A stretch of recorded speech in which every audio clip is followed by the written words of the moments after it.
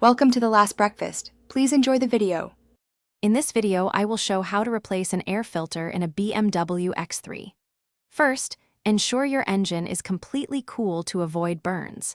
You'll need a new air filter, a screwdriver, and possibly a small socket set. Having a clean rag on hand is also helpful for wiping down any dust or debris.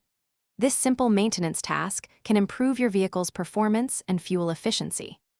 Now, let's access the old filter. Begin by locating the air filter housing, usually a large black box near the front of the engine. You'll need to unclip or unscrew the fasteners holding the cover in place. Some models might require detaching a few hoses or electrical connectors.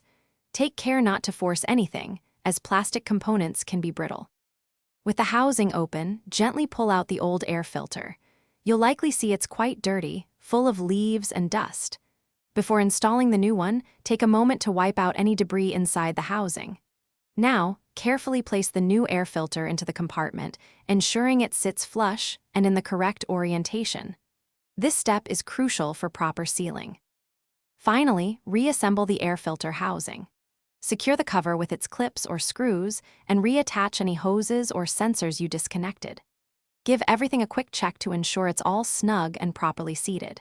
Replacing your air filter regularly, perhaps every 15,000 to 30,000 miles, helps your engine breathe better, leading to improved efficiency and longevity. Thanks for watching. If this was helpful, leave a like and consider subscribing. See you next time.